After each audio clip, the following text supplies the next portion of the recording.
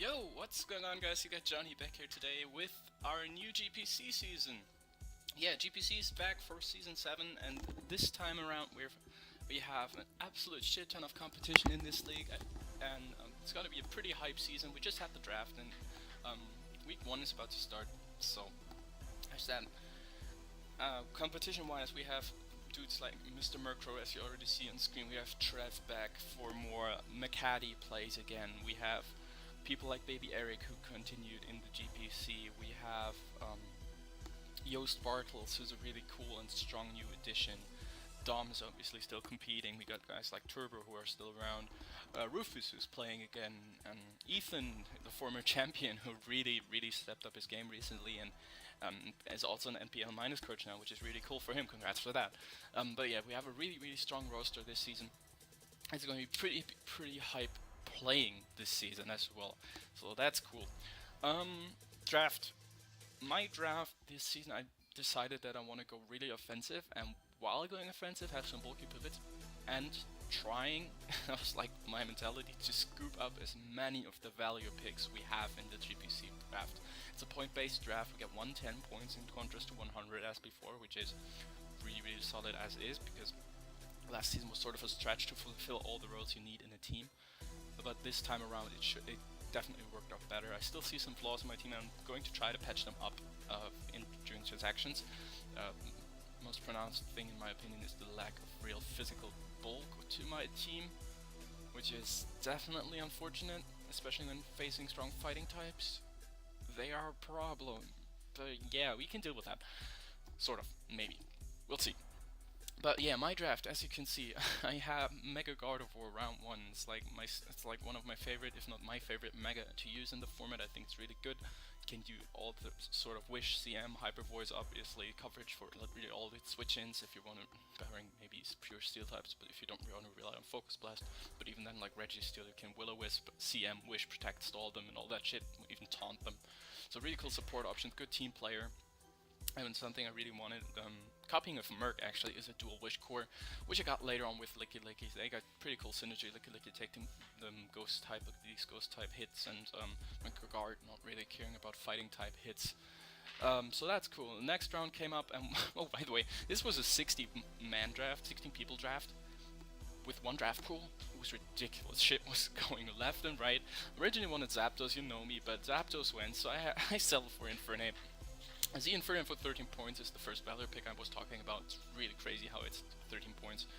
Really solid Pokemon, can do all the setup options, can set up Stealth Rock type, but my first Stealth Rocker can U-turn, provides momentum into Mega Guard, and all in all also deals with most of the Steel types. Mega Guard doesn't like dealing with really well. Manaphy was there around 30 and I couldn't pass it up. It's like too good. I needed a water type, and really picky when it comes to my water types. Other thing I wanted maybe was Slowking, but then I already had Mega Guard and would stack a Ghost weakness, so I didn't really want that. So I got Manaphy, and don't really need to explain what Manaphy does. Manaphy is usually walled by bulky grass types and Revenge Kill by fast electrics, so I had to cover that later on in my draft. First step into doing that is actually Swallow, which outspeeds a lot of bulky fast electrics and forces them to run, potentially run the Choice Scarf, which makes them easier to deal with for my team. Plus Swallow really comes in, likes grass types, comes in on them, spams Boombursts, Hurricanes, Brave Birds, or Facades even. It's really more of a Mover type spammer than a Flying type spammer, but I can deal with that pretty well, I assume. Next up, I wanted Nidoking. Nidoking, really cool offensive threat. I like the breaking core of Nidoking and Heracross. That was like something I really wanted to pick up. Both for 11 points is solid. They weaken each other's checks and counters pretty well. Nidoking also sets up T-Spikes and Rocks for my team, but not as reliable because I really wanted it, so maybe I might change something about that later on. But yeah, Nidoking, pretty cool offensive threat. Surprise Scarfer. Yeah. Licky for 4 points, it's just done. This is so bulky, which gives me the dual Wish core, synergize well with Guard. Gives me a really good defensive component, makes me not as weak to Weather Sweepers as I would have been without it because of Cloud9, so that's really cool. It supports me with a nice Cleric option besides Guard, so I really like Licky Licky, especially for 4 points. It's really hard to take down and can even set up and be an offensive threat. Like literally everything on this team gets some sort of setup or can just spam offensive attacks really well. Heracross, it's a Heracross, it's a great Pokemon, I love it. Just Choice Bandit or Choice Scarf can really wreck house in certain matchups. I really do like it. It's only walled by fairy types and by by fairy types really. But even those can be worked around with Guts facade set. Guts got such a huge buff this season with this gen with the burn nerf. With just doing 6 instead of 12%, so that's really cool. I get like double the turns. Yeah, next up, Vic of all Eric's, one of baby Eric's last MVPs in last season for 4 points against Sunho. It's still that cheap. Really a dangerous sweeper. 145 special attack is dangerous. The typing isn't that bad. So unfortunately, it's weak to rocks, but apart from that, typing is really solid. Only weak to rock and fire, I think. So that's really cool. Giving you an additional sweeping option with agility or just a strong volt switcher that can really hurt slower teams. And then we got my obvious, my ubiquitous and obligatory light guardian. This time I'm rolling with Mesprit again. I've recently found that Yuxi is a bit too passive for my liking, and Aza lacks the coverage I really like on them on. Mesprit kind of combines both of these. Can isn't too KO'd by most of the hits if I decide to make it, so it gets really good coverage. Can Calm Mind up be an offensive threat at base 80 speed. It's not to be neglected. Yeah, Magneton is there as my steel type. At this late in the draft I was really struggling to find a good steel type, but Magneton does the job quite well, just taking like poison hits and as well as trapping other steel types for Mega Guard potentially later on. Also gives me another Volt Switcher, Solid Scarfer. Yeah, and then I put Mantine because I needed a defogger. Manta is really reliable at that, gives me a good special, more special bulk, and synergizes perfectly with Magneton as well. So there we got a good core. And last but not least, I had a couple points left and was deciding between making an additional Zmon and Vikavolt or going Amphi. But I decided to go Ampharos just because the threat of flying types to the team without Ampharos is too big. Like something like Tornadus or Staraptor, they just run through my team like completely. With Ampharos they can't do that, which is really fortunate. Especially like Tornadus is the special flying types, just bounce off a Spadef or AV Ampharos, and they can't really free the U-turn just because Ampharos also gets static. Talking about that, talking about Tornadus, not static. We have our week 1 opponent who has Torti, so that's beautiful. He also has Landra's Eye, that's less beautiful, because my only switching is Mesprit and that doesn't like U-turn or knockoff. So I have to figure something out there. He also has Toxapex and Tangrowth, which I'm not really worried about. I can break those pretty nicely with my team. Bronzong as well. Comfy could be an issue if I let my team get too whittled down, but in general my team's just too strong and not frail enough to really be beaten by Comfy that hard. Drampa is a threat normal spam, but it needs like to be specs to beat me, and then even then if I bring Mantine and Licky defensive, it can't really do that. Gardevoir does a shit on and Oko's back. Manaphy can Ice Beam it. Not really that worried about Drampa. Froslass' speed tier is a surprising issue for my team because only Swallow outspeeds, which is really bad. Just be honest, it's just bad. And it can, with like Bolt Beam coverage, it can do a surprising number to my team. It's not really that strong to begin with, but the thing is, it can also run like Destiny Bond to check Manaphy if I run like a more defensive stand. Can T-Wave my shit, so I don't really know what it wants to do. Can even Ice Shard, because not many people know this, but Froslass is defense, attack and special attack set are the same. Can also Spike Stack, which is like really unfortunate if I don't decide to bring hazard removal, which I don't often do. So yeah, Ninetales, it's not bad. If it gets up in Nasty Plot, it's pretty good. Especially again the speed tier with my team like not being slow but being below or around the base 100 speed tier for the most part. But the thing with Ninetales is even if it gets up the +2 Solar Beam in the sun doesn't really kill anything, and I can always revenge it. So I wasn't that worried about Ninetales, just not. Then my team doesn't give it the setup it needs to really be the threat. I think Stunfisk is definitely annoying. Can switch into my Ampharos, which is my obligatory flame resist this game. It can also set up Stealth Rocks, which obviously is key. But apart from like Manaphy, with a Pasho Barrier, it can beat my mana, sort of take a hit from Manaphy and Toxic it or Discharge, Para it or whatever. But Nidoking wrecks it, Gardevoir does a lot, so not that sold on it. And last but not least, Mega Heracross, another thing I don't really have to switch into. I always have to predict then the move he's going for, but the good thing with Mega Heracross is, once it gets a kill, I instantly get momentum because I have so much stuff that outspeeds and can kill it back. At late game, if he preserves it, it can definitely pose an issue for my team. Looking at the team I brought for Murk, I decided to bring a Life Orb Meteor King to help me break down his core. It was a prep, like we battled pretty early, so I wasn't as comfortable with the team. Hindsight, I realized I'm going to go over these some things after the game. I have a SD Infernape with Earthquake and Flare Blitz and U-turn and Ground EMZ to kill the Toxapex. Really solid set. Once if I get rid of the Tornadoes or para it or whatever, my Infernape, if I play it well, can just sweep. I have a standard Tail Glow Manaphy, just really fucks his team over, like especially the defensive side, and nothing on his offense OHKOs it. And again, it comes down to the theme of getting rid of Tornadoes, and Manaphy has really a fun time here. I have a speedy, bulky Call My Mesprit that is tailored to outspeed and make a Heracross.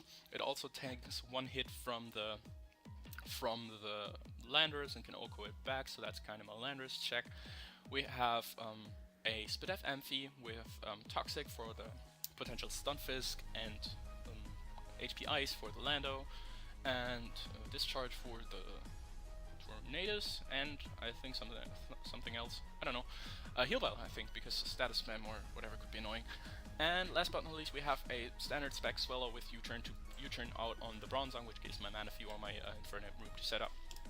Looking at his team, it's kind of what I expected him to bring, in all honesty. The Froslass is kind of spooky because I don't know what it wants to do versus me. So yeah, let's hop right into the match. I predict him to lead off with his Torn T. However, I still think Manaphy is my best lead versus everything else. And the reason I lead Manaphy here, if he doesn't lead Torn T, I immediately get a huge hit off. And nothing he could lead with can OHKO me. So I lead Manaphy because of that, and I know that if he leads Torn, I always have Ampharos as a rather free switch in. So what I'm doing here is going to Ampharos like I wanted, and he knocks off, and I discharge para him. And this turn, we recreated this 4 times, and I always got the static para, always, on the first turn. And this is where we said, like, it's cool, we will just stick with it, with what I have right now and not continue, because this was taking longer and longer and longer, and now we just continued the game for him. It's definitely unfortunate, but now my Infernape is a really good win on this game. Yeah, he knocks off, he gets paralyzed and gets to add insult to injury. I go for the HPIs, figuring he might just, I didn't think he would do it, but just discouraging him from switching hard into his Lando. But now he U-turns out, he still outspeeds me, that's something I figured as well. And he goes Bronzong on the HPI, which was a solid play because now he gets up his Stealth Rocks. I can withdraw and go Manaphy though. And as I said, I can Tail Glow up pretty freely here as he go into the Torn T. And this is a free Ice Beam and a dead Torn T. So yeah, goodbye. I could have popped the Yachi Berry as well, which is, now he goes into Froslass. And I'm thinking here, I could kill this, but he could be Sash. And then he could have Destiny Bond, which is bad. What I should have thought is this probably outspeeds my Infernape, which is and I should have just hit it here, but in my mentality was like, Torn is gone, I don't need Amphi as much, so I switch out, just wasting my boost with Manaphy, go into the Ampharos, and take the Thunderbolt. So that doesn't do much damage, it's a Froslass, it has some HP investment. And he starts Spike Stacking, so I hit HPIs again, predicting the switch. And now the thing is though, he freezes me, and this means that I don't get more damage on this Froslass with my Ampharos. And I was really, like, this turn was tough because I was like, I can't let him freely Spike Stack all over my face right here, because that really decreases my Infernape sweeping potential, because I rely on Flare Blitz, which obviously is a recall move. But I predict him to Spike Stack here, and I was like not really thinking that he doesn't need more than one Spike and he could just kill this Ampharos right here. So what I make a really stupid play and go hard Swallow on the next turn and just sack it off, because 2 of his moves hit me, which is stupid.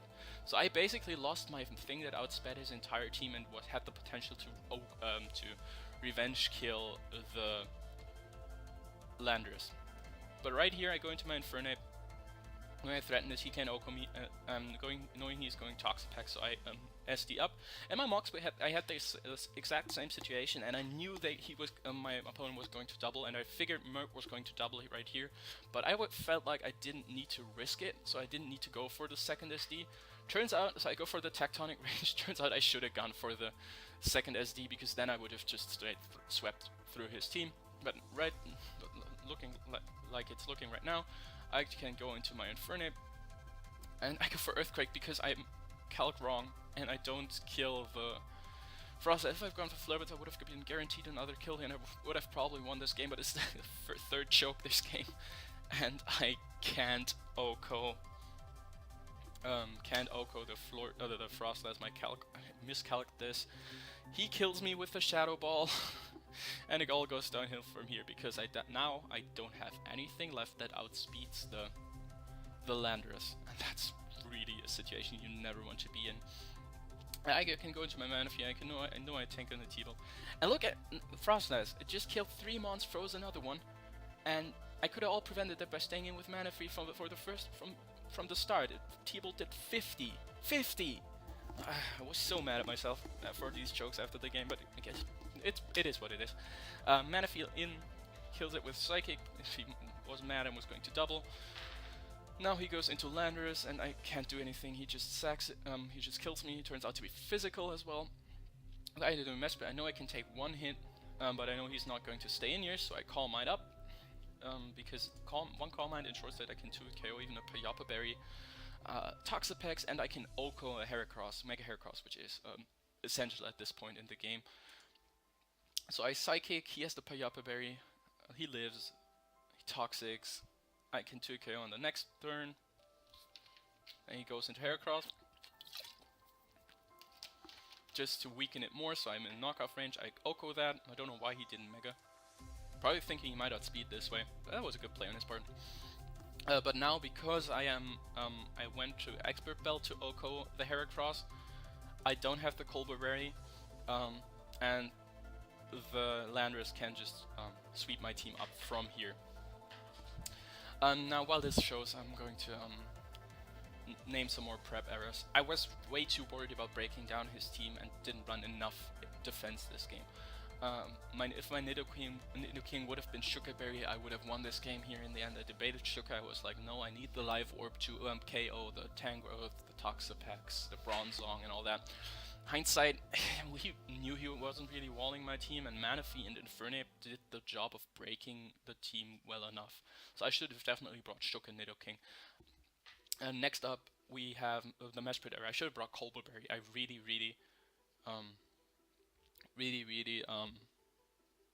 misjudged or under prepped for the Landorus. The reasoning, or at least I should have brought leftovers. The reasoning, or no item. The reasoning I didn't bring the Colbur Berry was, I was like, he can just U-turn on me, and U-turn was a move I definitely expected on this Landorus. And if he U-turned on me, I would have been in knockoff range after 2 U-turns. I couldn't really switch into that, so I had to play around it by killing it.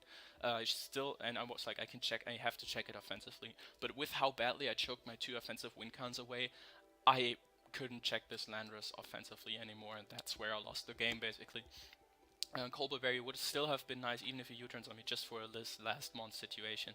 But it is what it is. We have to learn from that. I need to step up and prep a bit, and I played this so bad. I was so mad for about like a couple of days after this game, so that's really annoying. But whatever, hope we can bounce back in week 2. It's just a 1-0 loss versus a really good opponent, so I'm not that mad about it, but it still sucks losing a game like this. So that's whatever. But yeah, I hope you guys enjoyed this video. Again, sorry it's a bit late, but I had my exams and all that, so. But yeah, it's up now. Have fun, enjoy. Cheers, I'm out.